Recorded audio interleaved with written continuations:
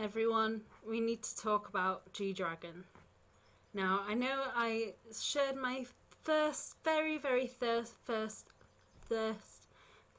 thoughts on Kwon Ji Yong, the new EP from G-Dragon, in my last reaction video, which was to G-Dragon's Crooked. I shared like some of my initial thoughts at the end of that video.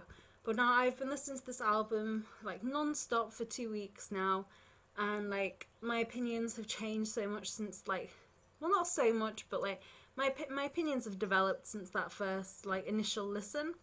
So yeah, I just wanted to like share my thoughts on the songs and like the running theme that I think is like going on with this album, and also like addressing some of the controversies surrounding the whole like USB like release thing. So yeah, so the first thing that I wanted to share was like to do with like my first thoughts on the songs. Now, like when I first listened to this, I loved Middle Fingers Up, the intro. I thought that was like almost like the third part of a trilogy with Crooked and Sober as the first two parts, and this is like the third one. I still kind of think that like they have this kind of like almost like anthem, like nursery rhyme type of like feel to them, like very simple tune. Um, and I think that's so great. Like it's such a great intro to the album, and so I do still really love that song. And then you like go into Bullshit, which is kind of like that typical like G-Dragon, like crayon Zutter kind of like vibe to it. It's, you know, just that like, you know, I'm the coolest person in the world kind of like thing. And I love the fact that he incorporates like a bit of Spanish in there. Like at first I thought it was Italian, and then like I heard like the que pasa, mi casa. Like that's just so cool. Like I love it when Big Bang or like any of their members like incorporate other languages into their like songs except for like Korean and English. Like in there was some like Spanish in Fuck It as well, and there was also like a bit of French, like when Top goes papillon, like butterfly. Like, I thought that was really cool as well. But yeah, I love like I do love Bullshit, but it is that kind of like, you know, it's almost like we've heard this song before like a couple of times, but it is really cool. Like the drop is so cool. Um, you know, like I said, I love the Spanish. I love the like kind of like flute or like windpipe like sound that comes in at the end. Like it's so cool. And then like the third song, Superstar, when I first listened to this album, I could have like taken or left Superstar. Like it wasn't my favorite song on the album. It was like my least favorite song on the album. I'd say that that's still true if I had to rank the songs in order of like preference. But like I really appreciate Superstar now, where like I didn't at the beginning, especially after reading the lyrics. And like after the first two like upbeat kind of like typical G Dragon songs, I guess.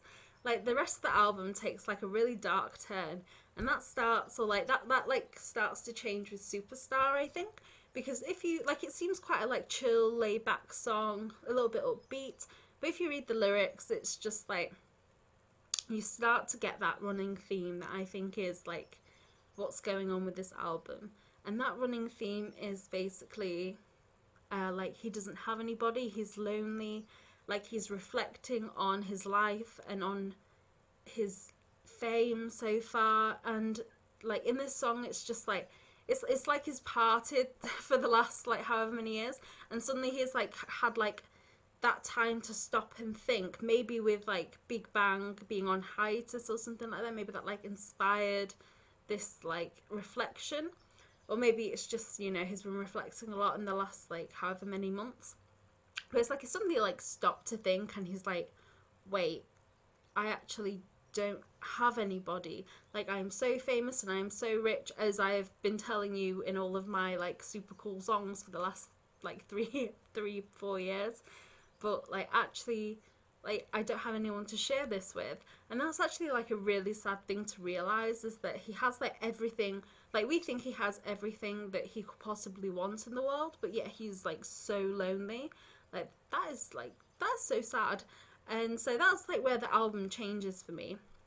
And then after that we have Untitled, and I'm so glad that Untitled is on this album, or a song like Untitled is on this album, sorry, Untitled 2014, because it's a nice palette cleanser.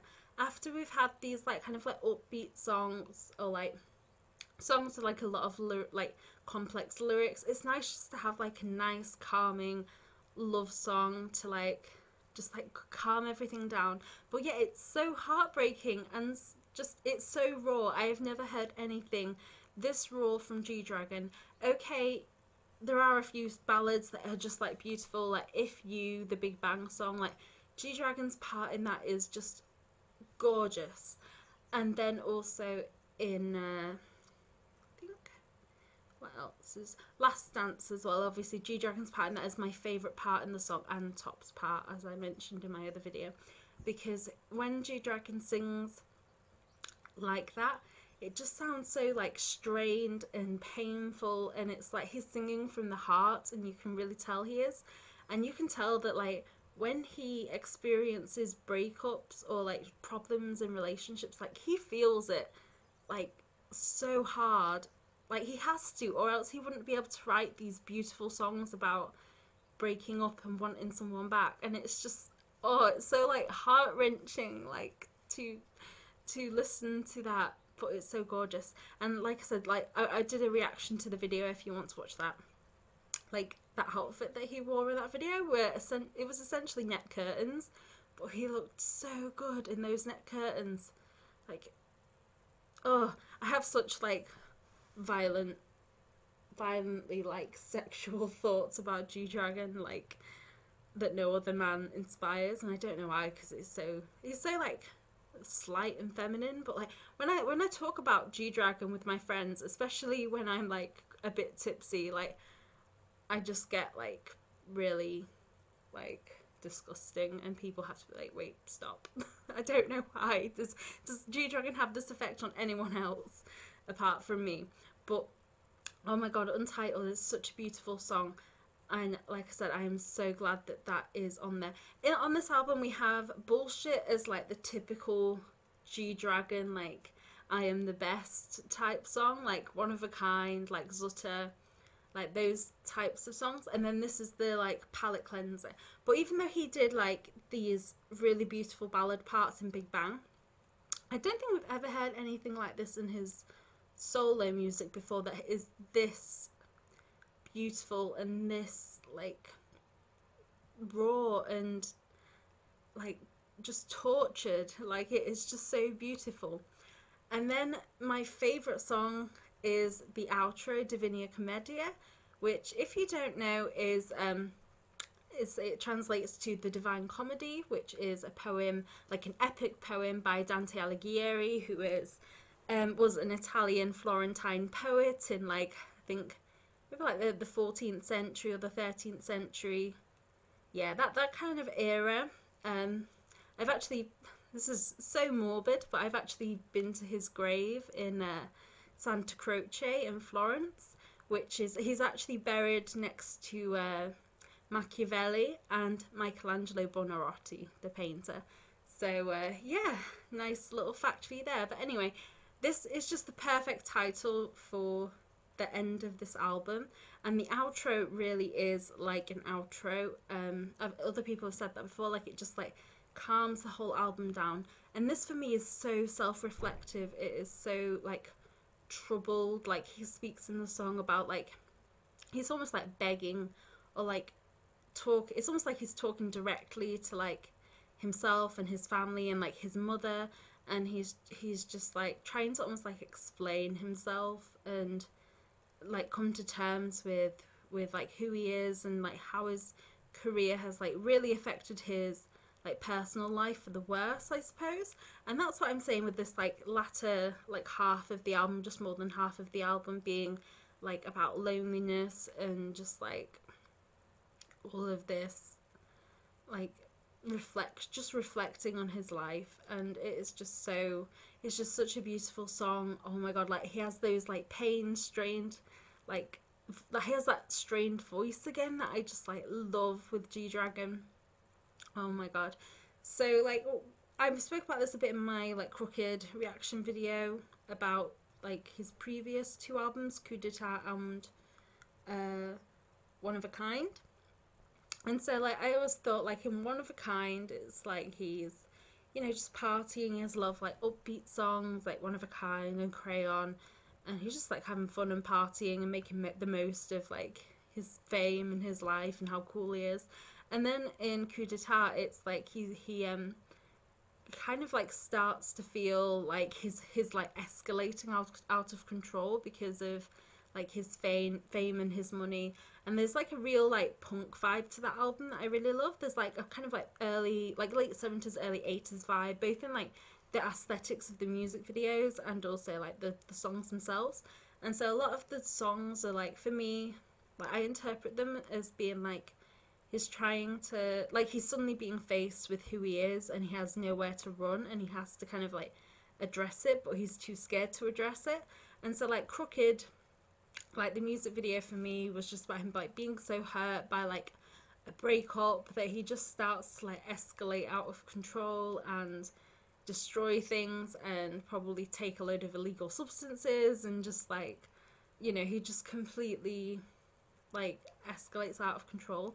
And then there's a couple of other songs as well where he references like Kurt Cobain, and that's like kind of like worrying because obviously like we know that Kurt Cobain died like so young.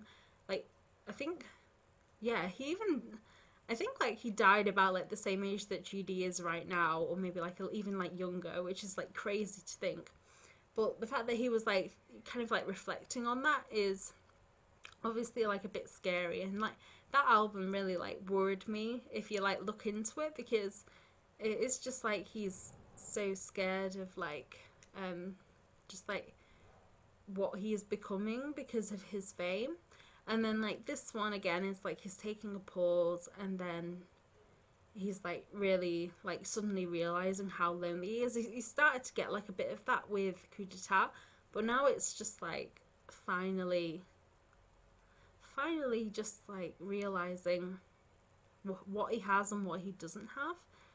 And so yeah, that like, oh, it's just such a beautiful album though. Like, comment below your favorite songs from the new EP because it's amazing, and I love every single song now. Like I said, I've been listening to it all the time. And like there is this controversy surrounding the fact that it's been released on a USB. The first controversy is that that the USB is like painted red, and it's not like permanent paint. It actually is like when you hold it, it comes off like the paint rubs off in your hand and looks like blood. And loads of people complaining like my USB's leaking, like it's staining my hand. And GD and YG turned around and said, "Oh no, that's deliberate." Now, I do kind of believe them because I think, you know, they surely know that painting a USB is gonna like the paint is gonna come off, and obviously it looks like blood when it comes off in your hand. And like I personally, like as an amateur art historian, I think that's so cool. Like that is like art, you know. You buy this album and it just bleeds all over you. Like that's just so cool for me. And then the other controversy surrounding the USB is the fact that it is a USB and it doesn't have the music already on it. You have to like follow a link to download it. And this means that the Korean music charts, I think it is a saying that it doesn't count as a proper physical record. Now, why? Why doesn't it count as a proper physical record? But anyway, this is messing up the like I suppose the album sales or something, or like how it's registering like the chart sales and stuff like that. And so that's obviously so frustrating for GD to have like made this album and to have just people turn around to him and say like, well, that's not even a real album. That must just be so like so sad. So yeah. Anyway, thanks for watching. I don't really have anything else to say at the moment. I'm waiting for the bullshit music video to come out. I would love Divina Commedia to have a music video, but I don't think it will do. I mean, all these songs could like realistically have a music video. There's only 5 songs to this EP, so why not? But personally, like if I was a director, Divina Commedia, I would have him lounging naked in bathtubs and just crawling on the floor of a church. That's my artistic direction for that music video.